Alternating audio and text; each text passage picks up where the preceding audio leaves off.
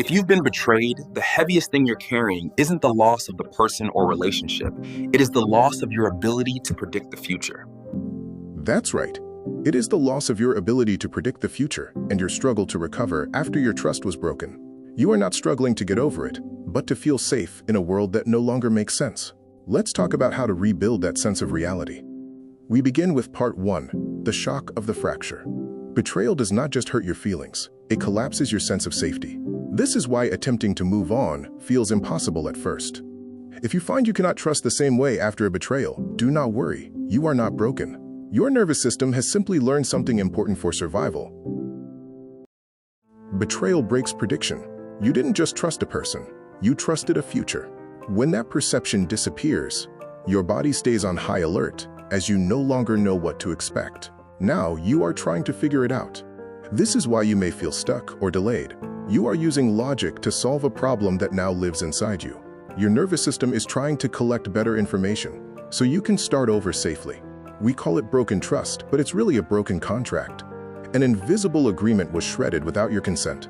It was not on your terms, and certainly not part of your plan. Before you can fix the relationship or find a new one, you have to address the fracture inside your own sense of reality.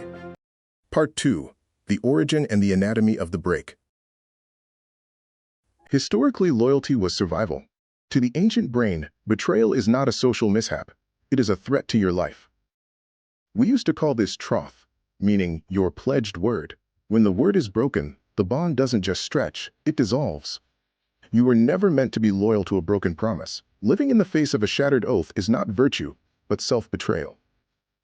The most painful part is not what someone did.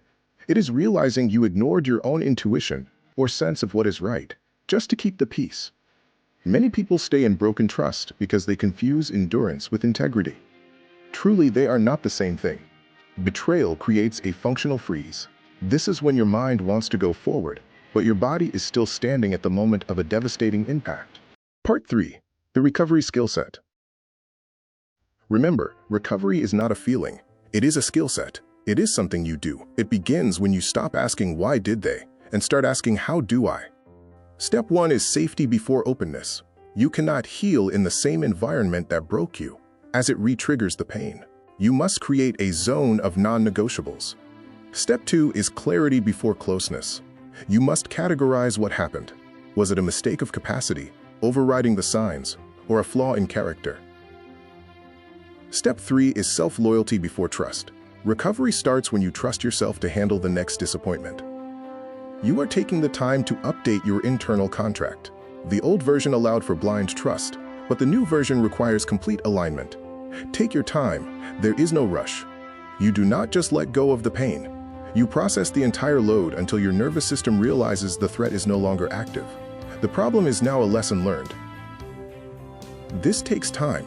Rushing to forgiveness is just another way of abandoning yourself to please others, which leads to making similar mistakes. Recovery for you means your system learns this. I can survive a broken promise without becoming a broken person. Repeat it so you can feel it. Part 4, the path forward, focusing on self-loyalty. When what you were holding on to is gone, the obligation is gone. You are officially released from the old contract. Leaving a broken situation is not giving up. It is acknowledging that the foundation meant to keep it together no longer exists. Going forward, self-loyalty is the practice of honoring your own reality, even when it is inconvenient for others or whatever they may think. You do not have to become bitter, as bitterness is a wall that could prevent you from experiencing true loyalty.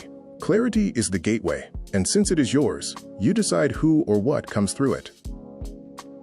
You are the guardian of your own capacity. If you over-offered loyalty before, that was a lesson in your limits. In time, trust will return, though it will look different. It will be slower, earned, and a choice, not a reflex.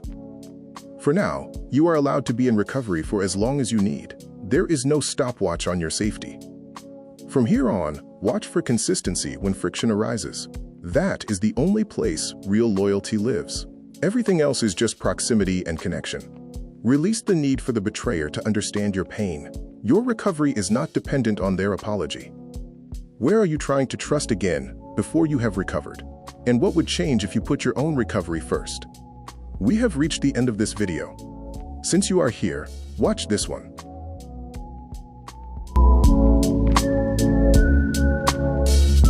Yes, that one. Thanks for watching.